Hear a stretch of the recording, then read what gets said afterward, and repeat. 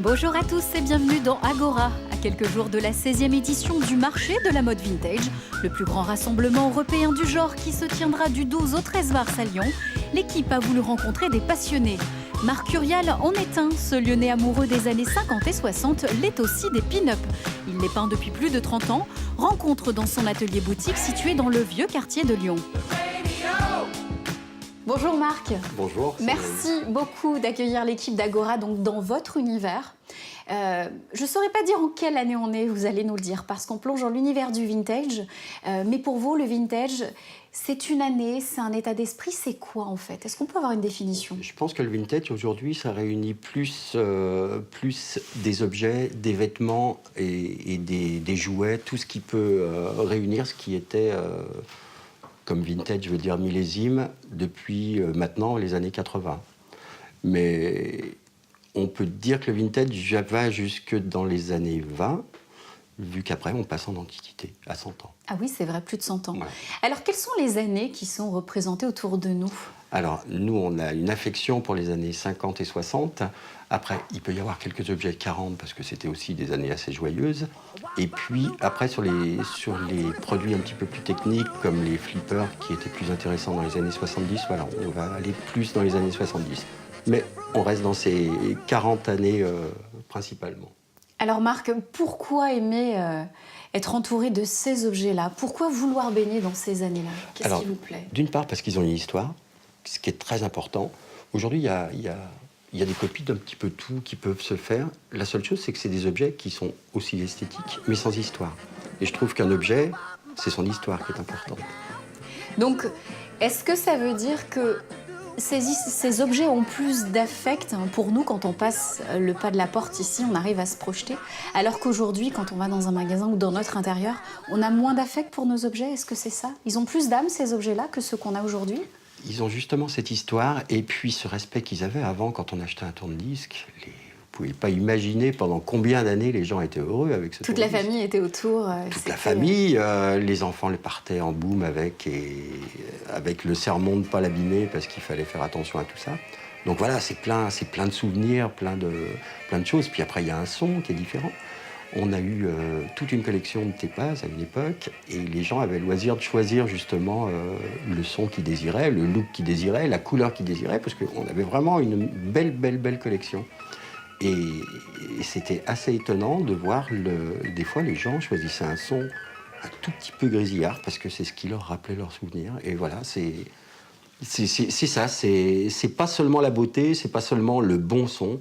C'était le souvenir qu'on a des choses et de l'écoute des choses, justement. Donc c'est ça aussi, effectivement, le vintage, d'aller chercher dans les souvenirs l'émotion. Alors ça peut être de la tristesse, de la nostalgie peut-être. Mais vous aimez la joie, la légèreté. C'est ce que j'ai. Voilà.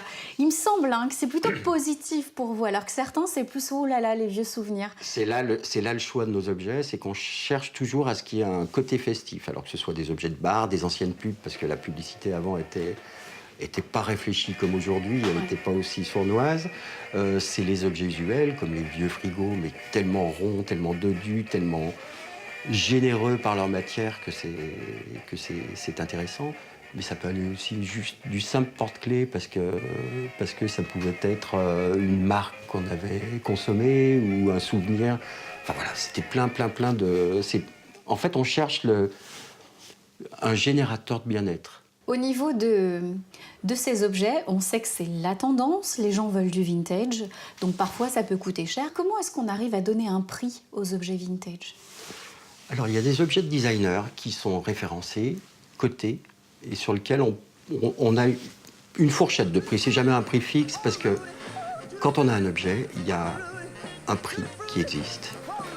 Il y a une cote, mais il y a aussi une décote.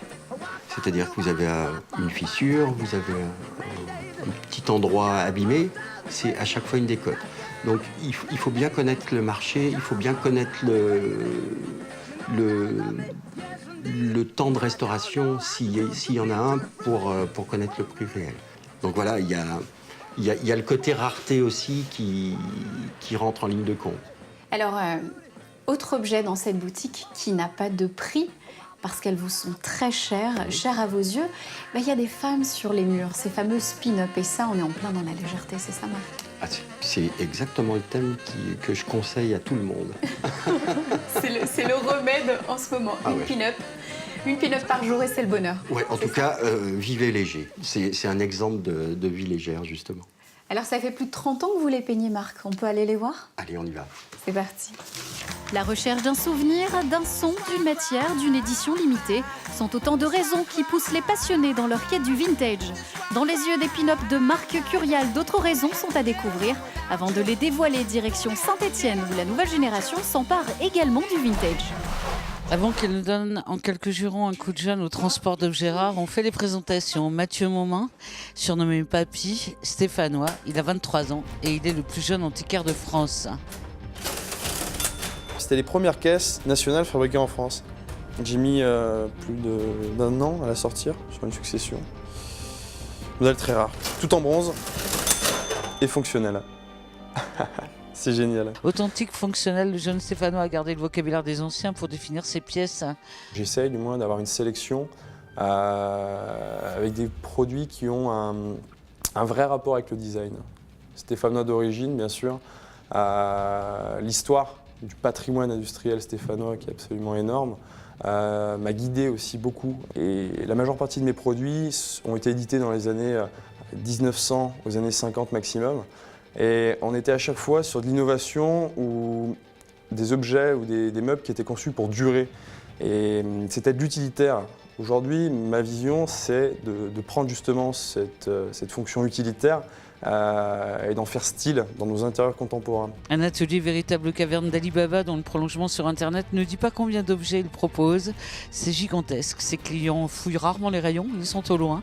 En Suisse, en Asie, aux États-Unis, de fidèles amoureux d'un design authentique avec qui il cumule près de 200 000 clics sur le net. Et à l'étage, un espace plus enclin à déployer nos projets d'intérieur. Et voilà le plaisir de notre autodidacte à son comble. L'antiquaire brocanteur stéphanois n'emploie guère le vocable vintage, très hype dans le monde de la décoration contemporaine, préférant chiner dans des pans d'histoire industrielle. J'ai toujours attaqué, quand j'avais 14-15 ans, à chiner dans les vignes-greniers des petits objets. Très vite, j'ai vu l'intérêt de chaque produit, souvent délaissé, où les gens n'avaient pas le regard de qu'est-ce qu'était vraiment l'objet, son authenticité. C'est des pièces rares, massives. C'est des pièces comme ça qui me touchent vraiment. C'est pas forcément très commercial. Mais c'est des objets massifs. J'ai un gros problème, c'est que tout ce qui est massif, très lourd, démesuré, ça m'attire beaucoup. Donc en ce sens-là, c'est vrai que j'ai toujours de la marchandise un peu démentielle quand même. Ne comptez pas sur ce papy-là pour rester sagement dans les attentes des amateurs de décoration industrielle. Chez lui, tout est authentique et extraordinaire pour faire toucher à ses clients, partenaires et bientôt amis la belle devise qu'il s'est donnée. Les folies sont les seules choses qu'on ne regrette jamais. Une ambition qu'il partage avec Orson Welles, c'est tout dire.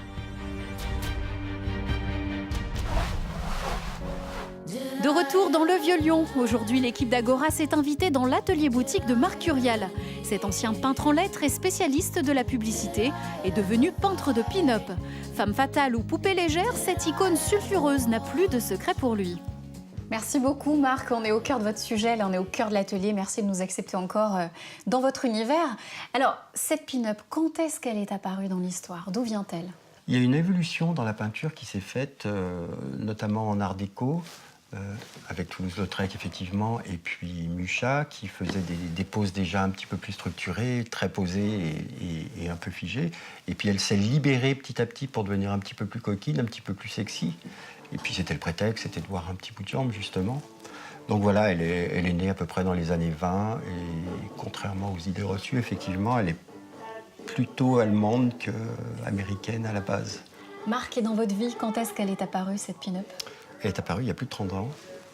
Je faisais de la déco et du coup on a fait toute une décoration pin-up et je me suis au bout d'un moment vraiment retrouvé dans cette peinture. C'était ce que j'avais envie d'exprimer, cette légèreté qui fait partie de moi et que je conseille à tout le monde pour vivre correctement.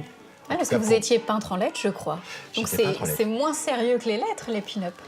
Alors qu'est-ce qu'elles ont? Quels sont les critères d'une pin-up? Parce qu'on voit qu'il y a quand même quelques points communs, mais vous allez nous les donner. C'est quoi les points communs? Alors, il y a un code, c'est-à-dire qu'il faut toujours qu'il y ait une connivence avec la personne qui la regarde. Elle n'existe pas sans quelqu'un qui la regarde. Donc c'est pour ça que c'est toujours des personnes seules, donc elles pourraient être isolées et inquiètes de cet isolement. Et en fait, elles existent lorsque vous les regardez. Vous êtes spectateur et en même temps acteur dans la toile. Alors, vous êtes le voyeur. Alors justement, est-ce que la pin-up est une femme-objet? Est-ce que c'est une icône? Comment la placer? Moi, j'ai du mal à définir. Alors je ne sais pas ce que votre clientèle vous dit quand elle vient. Est-ce que les femmes sont outrées, au contraire attirées? Icône ou objet? Alors non, c'est des icônes, c'est des femmes qui sont totalement libérées, qui n'ont pas les mêmes problèmes que justement la ménagère qui est devant ses fourneaux et qui cherche à faire bien. Elle ne connaît pas du tout ce qu'est le ménage, notamment celle, par exemple, qui aspire son petit oiseau. Ben, elle est obligée de lire sa notice et en même temps, malheureusement, elle aspire son oiseau. Alors, donc c'est pas de la bêtise. C'est pas de la Elles sont pas rabaissées. Maintenant, on espère quand même qu'elle trouve la page comment ouvrir le... Comment utiliser l'aspirateur. Voilà. Alors, on voit qu'il y a certaines scènes qui sont répétitives. On le voit soit effectivement la ménagère dans son intérieur, soit en voyage, en déplacement. Quand on les regarde, elles nous invitent à quoi, ces pin-up? Qu'est-ce qu'elles nous disent, connivence. En fait, c'est une scénette qui pourrait se passer dans la rue ou devant vous, avec une totale inconnue ou votre meilleur ami. En tout cas, il faut qu'au premier regard, ce soit votre meilleur ami.